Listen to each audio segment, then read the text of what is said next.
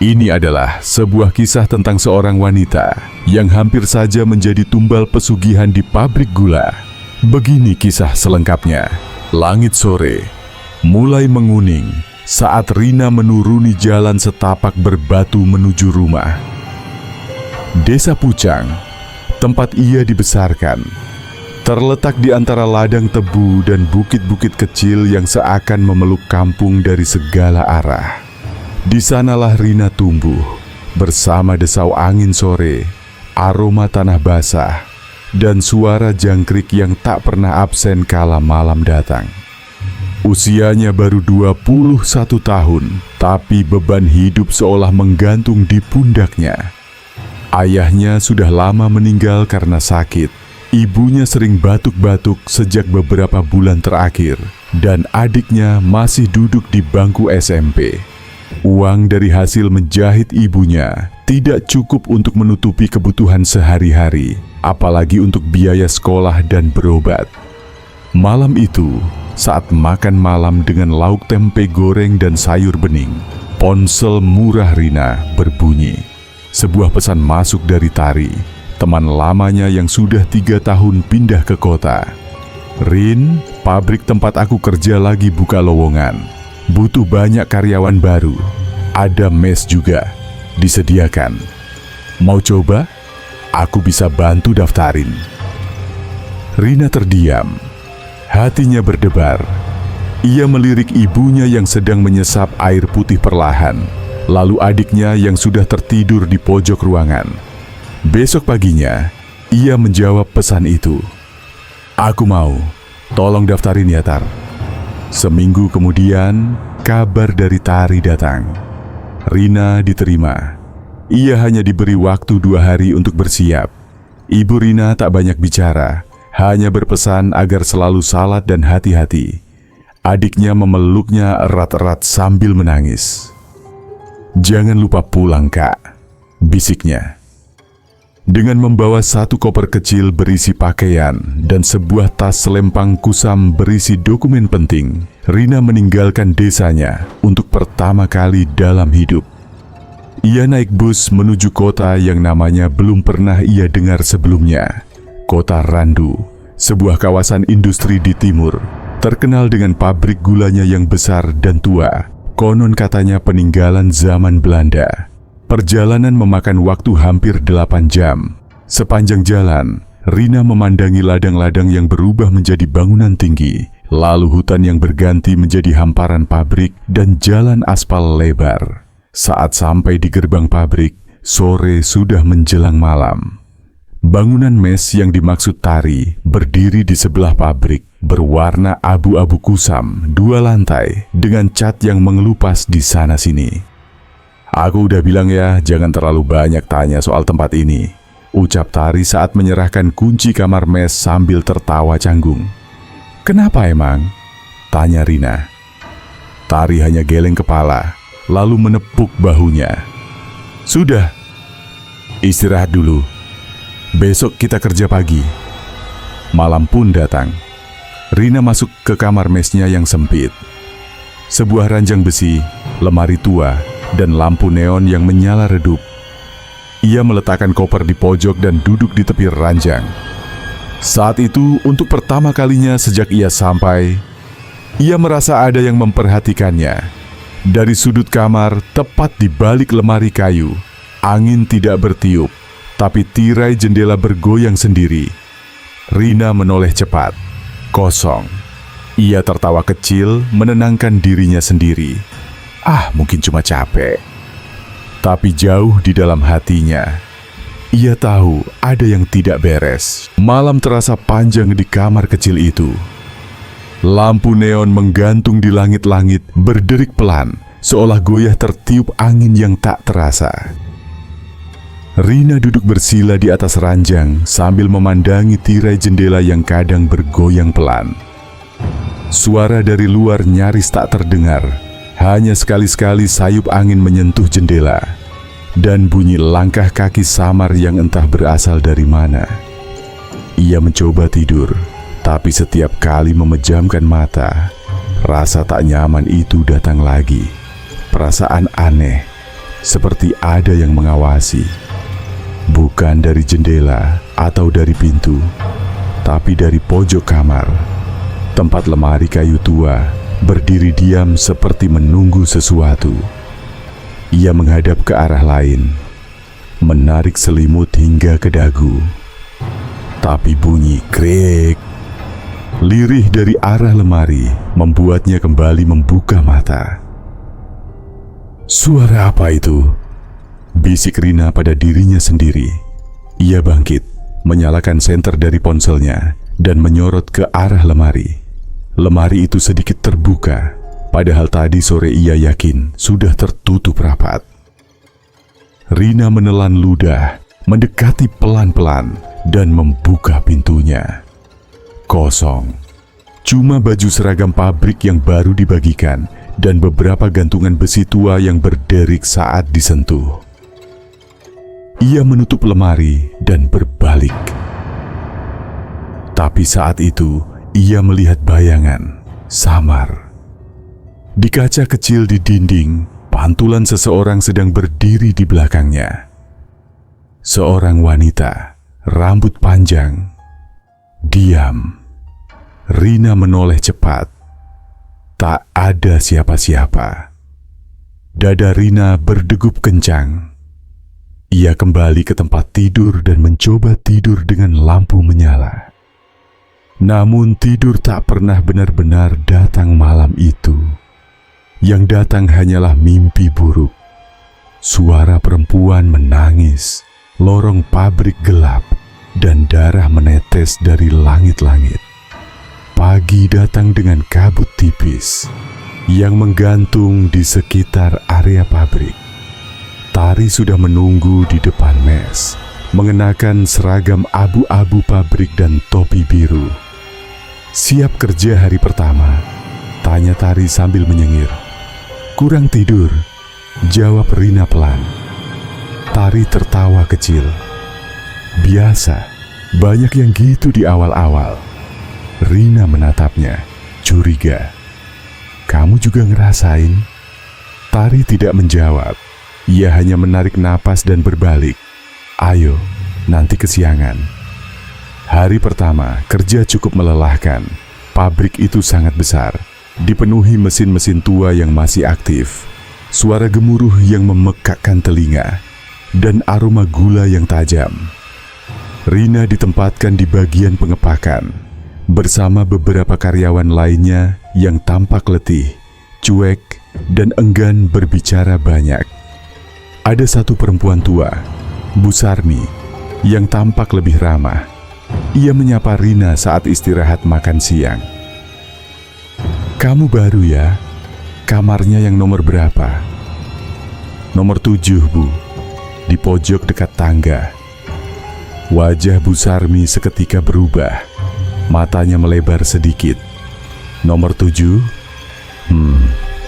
Ia menunduk, mengaduk nasinya pelan.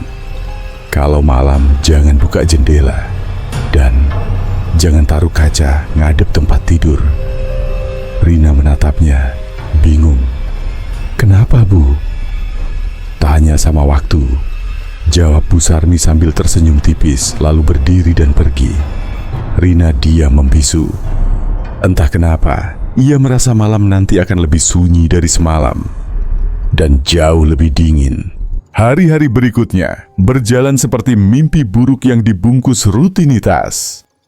Rina mulai terbiasa dengan kebisingan mesin, aroma manis yang menusuk dari larutan gula, serta wajah-wajah pekerja yang tampak seperti robot, bergerak tanpa emosi, tanpa semangat, seolah hanya tubuh mereka yang hadir, jiwanya entah di mana. Tapi di malam hari, ketenangan itu selalu retak. Bayangan di pojok kamar terus muncul, kadang lewat dari ujung mata, kadang seperti berdiri diam saat Rina berpura-pura tidur. Lemari tua itu pun sesekali mengeluarkan suara derit meski tak disentuh. Dan setiap malam, mimpi yang sama terulang. Seorang wanita, rambutnya panjang menutupi wajah, berdiri di lorong gelap pabrik. Tangannya terulur ke arah Rina. Suaranya lirih memohon, "Tolong aku." Namun tiap kali Rina mencoba mendekat, wanita itu menghilang, dan mimpi berubah jadi lorong gelap yang penuh darah menetes dari langit-langit. Hari itu, matahari sudah mulai tenggelam saat para pekerja pulang. Rina yang tertinggal karena harus menyelesaikan beberapa pengepakan, berjalan sendirian melewati lorong pabrik yang mulai sepi. Lampu-lampu mulai padam satu persatu, menyisakan cahaya kekuningan dari beberapa titik. Saat itulah ia melihatnya. Di dekat salah satu mesin besar, berdiri sosok wanita. Rambutnya menjuntai sampai ke pinggang, tubuhnya berlumuran darah, bajunya koyak, dan matanya kosong mengarah lurus ke Rina. Jantung Rina seketika berhenti berdetak. Ia terpaku, tak bisa bergerak. Wanita itu tidak bergerak, tidak bicara. Hanya diam menatap, seperti mengawasi atau meminta sesuatu. Rina mundur satu langkah, dan sosok itu menghilang dalam sekejap, seperti kabut yang tersapu angin. Rina langsung berlari keluar dari area pabrik, napasnya berat dan tangan gemetar. Ia hampir menabrak Tari yang baru saja keluar dari ruang kantor. "Rin, kamu kenapa?" tanya Tari cemas. Ada perempuan berdarah di dalam pabrik," seru Rina panik. Tari terdiam beberapa detik, lalu menggeleng. "Kamu capek, Rin. Sering kejadian gitu ke karyawan baru." "Tapi aku lihat sendiri, di dekat mesin nomor 3. Tari menunduk, menggigit bibirnya, lalu menghela napas.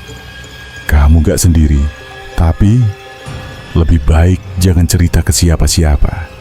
Yang lain bisa panik." Malamnya, Rina tak bisa tidur. Mimpi itu datang lagi, tapi kali ini berbeda. Wanita itu tidak hanya berdiri, ia berlutut, menangis, memegangi perutnya yang robek. Darah mengucur deras, matanya menatap langsung ke Rina. "Tolong aku, tubuhku masih di dalam." Rina terbangun dengan napas terengah-engah. Keringat membasahi kening dan punggungnya. Pagi harinya, ia memberanikan diri mendatangi penjaga mes, Pak Udin. Seorang pria paruh baya yang jarang bicara dan wajahnya selalu tampak tegang. "Pak, saya mau nanya soal kamar nomor 7. Pak Udin langsung memotong. "Jangan banyak tanya, fokus kerja aja." "Tapi saya lihat sesuatu, saya mimpi yang sama setiap malam. Perempuan minta tolong, berdarah-darah." Pak Udin membanting mug kopinya ke meja. Suaranya meledak. "Kalau kamu masih mau kerja dan hidup tenang, jangan ungkit apapun tentang perempuan itu."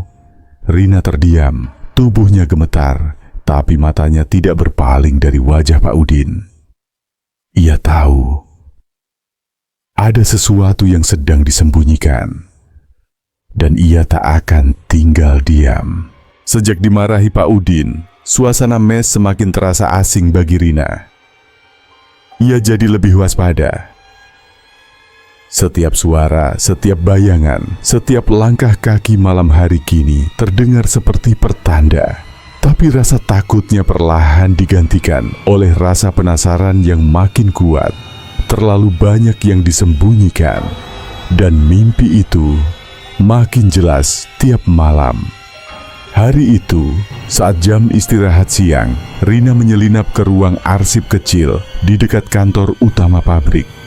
Ia pura-pura mencari data untuk keperluan administrasi, padahal tujuannya satu, mencari tahu tentang insiden-insiden yang pernah terjadi di pabrik. Sebagian besar arsip disimpan dalam map-map lusuh, dan beberapa sudah rusak dimakan rayap. Tapi di tumpukan paling bawah, ia menemukan berkas tua bertuliskan kecelakaan kerja tahun 2007. Ia membuka perlahan. Tangannya gemetar saat membaca isi laporan itu. Nama Sari Lestari, 24 tahun. Posisi operator mesin. Tanggal kematian 17 Oktober 2007. Keterangan terjepit di antara roda mesin besar. Tubuh tidak ditemukan. Diduga terseret masuk ke bagian dalam mesin sebelum sempat diselamatkan. Rina menahan napas. Sari, itu pasti dia. Wanita dalam mimpinya. Bukan hantu tanpa nama. Ia adalah seorang karyawan seperti dirinya. Rina mengantongi salinan dokumen itu dan kembali ke ruang kerja seolah tak terjadi apa-apa. Malamnya, ia duduk di pojok ranjang sambil menatap lemari tua. "Kamu mau aku tahu sesuatu ya?" bisiknya pelan. Tak ada jawaban, tapi udara di kamar terasa lebih berat, seperti ada yang hadir tanpa terlihat. Rina mengambil ponselnya dan mulai merekam dirinya sendiri bicara. "Aku akan cari tahu, aku janji. Kalau kamu masih di sini, aku akan bantu." Keesokan harinya, Rina berpura-pura sakit agar bisa absen kerja. Setelah para pekerja berangkat, ia menyelinap ke area pabrik yang biasanya tertutup untuk umum. Lorong belakang pabrik, tempat mesin-mesin tua dan rusak disimpan. Lorong itu sepi, gelap, dan dipenuhi sarang laba-laba. Langkahnya pelan. Setiap derit lantai seakan menggema panjang. Di ujung lorong, ia menemukan pintu besi kecil, tertutup rantai dan gembok berkarat. Tapi seseorang pernah datang ke sini. Lantai di sekitarnya berdebu, tapi ada jejak kaki, segar dan jelas mengarah ke dalam pintu itu. Rina mendekat dan menempelkan telinga ke pintu. Sunyi. Lalu, "Tolong." Suaranya lirih, hampir seperti desir angin. Tapi itu nyata. Rina mundur spontan, tubuhnya gemetar. Dia tidak gila. Memang ada sesuatu di balik pintu ini. Tapi siapa yang menyembunyikannya? Dan kenapa? Malam itu, saat para pekerja pulang, terjadi kejadian mengejutkan. Salah satu karyawan perempuan mendadak kesurupan. Ia berteriak keras di tengah lorong mes, matanya kosong, mulutnya mengucap kata-kata asing. Tubuhnya kaku dan ia menunjuk ke arah kamar Rina. Kamar itu, kuburan, darah, di bawah lantainya, darah. Semua orang panik, Tari menarik Rina menjauh. Beberapa penjaga datang dan menyeret si perempuan yang kerasukan keluar mes.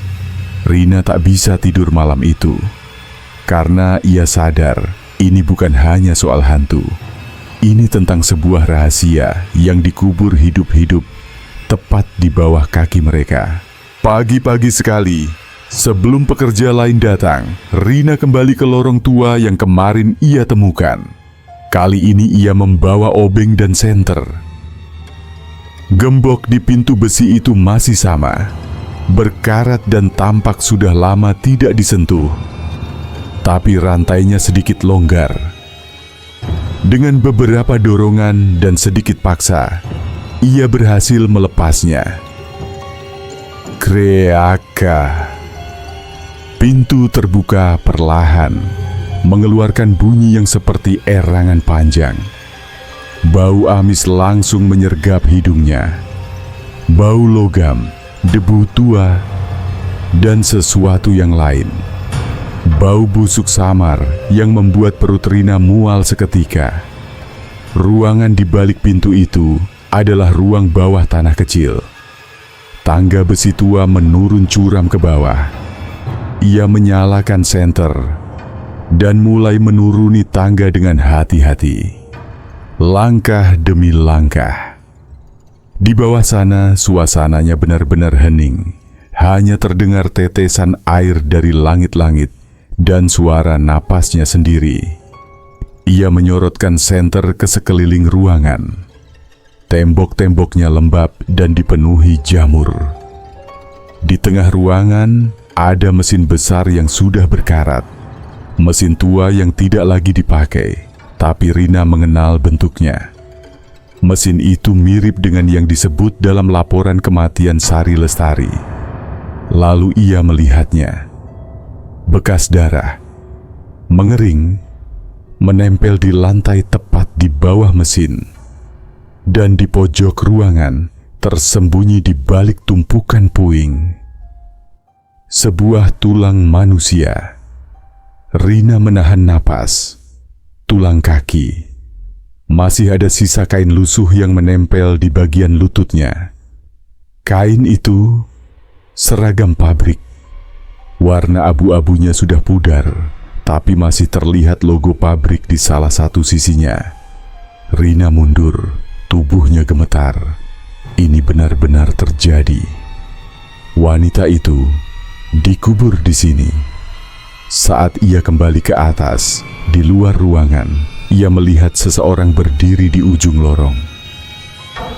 Pak Udin, wajahnya datar, matanya tajam menatap Rina. "Kamu udah terlalu jauh." Rina membeku di tempat, nafasnya tercekat. "Apa lu, Pak?" bisiknya. Pak Udin perlahan berjalan mendekat, tangannya memegang sebatang tongkat kayu. "Kami semua di sini kerja bukan karena kami ingin. Kami tunduk, karena kalau tidak, kami yang jadi tumbal." Suara itu pelan tapi menggetarkan. Rina melangkah mundur. "Jadi, selama ini semua orang tahu?" Pak Udin mengangguk. "Kamu kira kenapa banyak pekerja baru cepat menghilang? Nggak semua karena resign." Rina menggertakkan gigi. "Dan Sari? Dia dibunuh?" Pak Udin tidak menjawab. Ia hanya menatap kosong, lalu berbalik meninggalkan Rina sendiri. Malam itu mimpi Rina kembali lagi. Tapi kali ini berbeda. Sari duduk di ujung ranjangnya. Wajahnya pucat, tubuhnya masih penuh darah, tapi matanya tenang. "Terima kasih, kamu sudah menemukanku." Rina terisak dalam mimpinya. "Apa yang sebenarnya terjadi padamu?" Sari menunduk. "Aku tahu terlalu banyak. Aku melihat sesuatu yang tidak boleh kulihat, seperti kamu sekarang." "Pesugihan?" tanya Rina. Sari mengangguk pelan, lalu menatap langsung ke mata Rina. "Kamu harus pergi dari sini, sebelum kamu jadi seperti aku." Hari-hari setelah penemuan di ruang bawah tanah terasa berbeda. Bukan hanya untuk Rina, tetapi untuk semua orang di pabrik. Rina kini melihatnya jelas. Ketakutan yang sebelumnya tersembunyi dalam diam para pekerja, perlahan-lahan mulai mencuat ke permukaan. Sorot mata mereka tak lagi kosong, melainkan cemas, was-was, dan penuh tekanan. Seolah semua tahu sesuatu akan terjadi. Dan benar saja, hari itu menjadi awal dari kegilaan.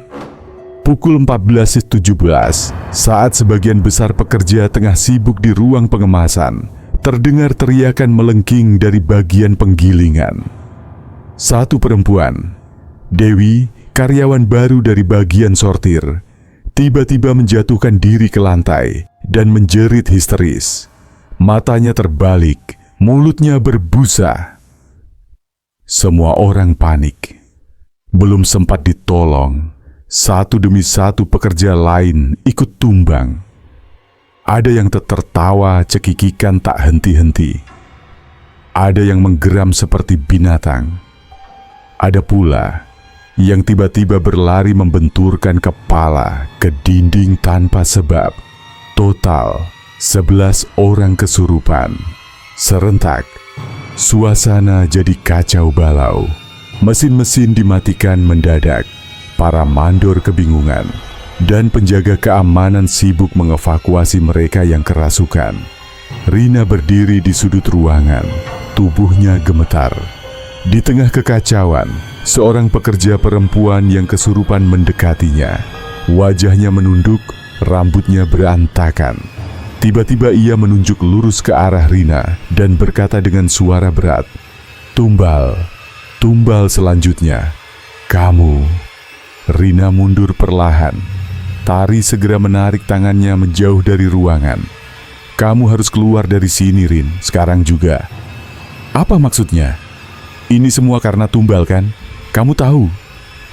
Bentak Rina, air matanya mulai keluar. Tari hanya terdiam. Lalu pelan-pelan ia mengangguk. Malam harinya, di mes, suasana mencekam. Tidak ada suara tawa, tidak ada obrolan. Hanya isak tangis beberapa perempuan yang masih syok karena kejadian siang tadi. Rina duduk di lantai kamarnya. Di depannya terbuka semua catatan yang ia temukan, salinan dokumen kematian Sari, dan rekaman-rekaman suara mimpi yang ia buat. Tiba-tiba, lampu padam. Gelap total. Langit malam di luar pun kelam. Tak ada cahaya bulan. Di tengah keheningan itu, terdengar langkah kaki pelan dari lorong mes. Tap, tap, tap. Semakin dekat, semakin dekat. Hingga berhenti tepat di depan pintu kamarnya. Rina menahan napas. Ketukan pelan terdengar 3 kali. Tok, tok, tok. Ia tidak membuka. Tak berani. Namun dari celah bawah pintu, cairan merah perlahan mengalir masuk ke kamarnya. Darah. Rina memutuskan malam itu juga. Ia harus mencari tahu siapa yang melakukan pesugihan. Siapa yang memberi tumbal? Siapa yang selama ini menutup-nutupi semua ini? Dan ia tahu, satu-satunya cara mendapat jawaban adalah menyusup ke gudang lama yang hanya boleh dimasuki oleh petinggi pabrik. Tempat itu dikabarkan hanya dibuka saat tengah malam dan tidak pernah boleh dilihat oleh siapapun, kecuali yang ikut bersumpah. Malam itu, langit kota Randu diselimuti mendung pekat. Petir sesekali menyambar dari kejauhan, seolah ikut menyaksikan rencana nekat Rina malam ini. Ia sudah bersiap, mengenakan jaket gelap, membawa senter kecil, serta ponsel dengan kamera aktif. Semua untuk satu tujuan, masuk ke gudang larangan. Gudang itu terletak di belakang pabrik, tersembunyi di balik deretan kontainer tua yang jarang disentuh. Tidak ada papan nama. Tidak ada penerangan, hanya sebuah pintu besi besar yang selalu dikunci rapat. Tapi malam ini, saat Rina tiba di sana tepat pukul 12 tengah malam, pintunya terbuka sedikit, seolah memang menunggunya. Dengan napas bergetar, ia mendorong pintu itu perlahan dan masuk. Di dalamnya, bau menyengat langsung menghantam hidungnya, campuran darah, dupa, dan sesuatu yang seperti bangkai busuk. Ia menyalakan senter dan menyorot sekeliling. Ruangan itu luas dan kosong di bagian depan. Tapi di bagian tengah, ada lingkaran besar dari garam dan tali merah, mengelilingi sebuah patung wanita tanpa wajah, berdiri setinggi 2 meter. Patung itu memegang timbangan di satu tangan, dan lidah manusia yang sudah mengering di tangan lainnya. Rina menahan muntah. Di belakang patung terdapat meja kayu tua. Di atasnya tersusun lusinan foto-foto karyawan pabrik. Beberapa disilang dengan tinta hitam, beberapa lagi masih utuh, termasuk foto dirinya. Matanya langsung membesar saat melihat foto-foto lain yang sudah dicoret. Semua karyawan yang menghilang, termasuk Sari. Ia mendekati meja itu dan menemukan buku catatan ritual. Halaman demi halaman tertulis dengan tangan. Tumbal diberikan setiap bulan purnama. Darah segar untuk kekayaan. Lidah dipersembahkan untuk menjaga rahasia. Mata dicabut agar tak melihat kebenaran. Rina membaca makin cepat. Halamannya penuh nama. Semuanya adalah nama pekerja. Beberapa ditandai dengan tanggal. Sebagian besar berujung kata selesai. Tiba-tiba, suara langkah terdengar dari arah belakang. Rina mematikan senter dan bersembunyi di balik rak tua. Dari balik celah, ia melihat 4 orang masuk. Salah satunya adalah Pak Bambang, pemilik pabrik. Yang lainnya, Pak Udin, dan 2 pria berseragam manajerial. Mereka semua mengenakan pakaian hitam, membawa dupa, dan menyalakan lilin di sekitar lingkaran garam.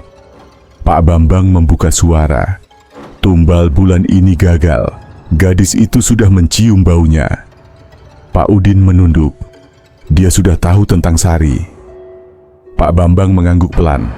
Kalau begitu, bulan depan kita berikan 2. 1 untuk penebus, 1 lagi untuk penguat. Ia lalu mengambil foto Rina dari meja. Yang ini, jangan sampai lolos. Dia sudah lihat terlalu banyak. Rina menutup mulutnya rapat-rapat agar tidak menjerit. Tangannya gemetar. Tapi ia tahu, semua ini harus dihentikan. Ia mengambil ponsel dari saku, menyimpan rekaman video dan suara ke cloud secara otomatis. Lalu diam-diam ia merangkak menjauh, kembali keluar dari gudang, dan lari sekuat tenaga ke arah mes. Malam itu, ia tak tidur.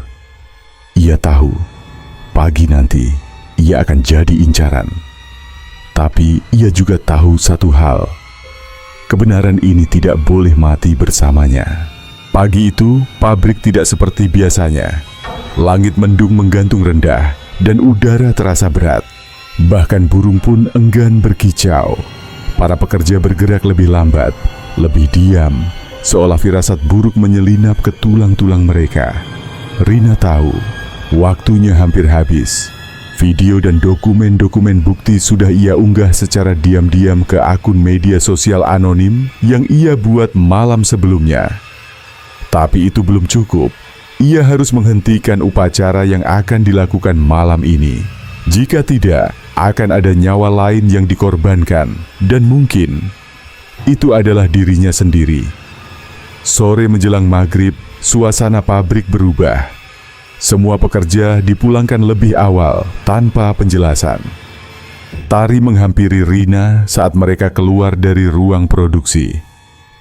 "Kamu harus pergi sekarang, Rin," katanya cepat. Matanya merah dan gugup. "Mereka sudah tahu kamu masuk ke gudang itu." "Aku tahu," jawab Rina pelan. "Tapi aku nggak akan pergi sebelum semua ini berakhir." Tari menatapnya tajam. "Kalau kamu nekat, kamu bisa mati." Rina tersenyum tipis. Sari juga mati, tapi dia nggak salah apa-apa. Tari tertunduk. Air matanya mulai jatuh. "Aku dulu juga hampir jadi tumbal. Tapi aku diam. Aku takut. Maafin aku." Rina menggenggam tangannya erat. "Bantu aku malam ini." Malam datang, dan upacara dimulai. Gudang tua kembali terbuka. Kali ini, semua anggota pesugihan hadir lengkap, termasuk Pak Bambang, para manajer, dan orang-orang penting yang sebelumnya tak pernah terlihat di area produksi. Mereka mengenakan jubah hitam dan topeng kayu, menyerupai wajah dewa tua tanpa mata. Di tengah lingkaran garam, disiapkan darah ayam hitam, gula merah cair, dan foto seseorang yang akan dikorbankan malam ini. Foto Rina. Tapi saat Pak Bambang hendak mulai membacakan mantra, lampu gudang padam total. Suara keras terdengar dari balik pintu. "Hentikan!"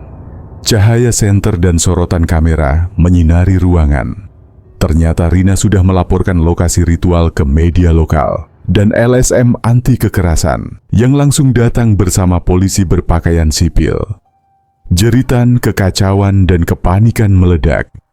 Pak Bambang berusaha kabur lewat pintu belakang, tapi Tari menghadangnya dengan wajah penuh air mata.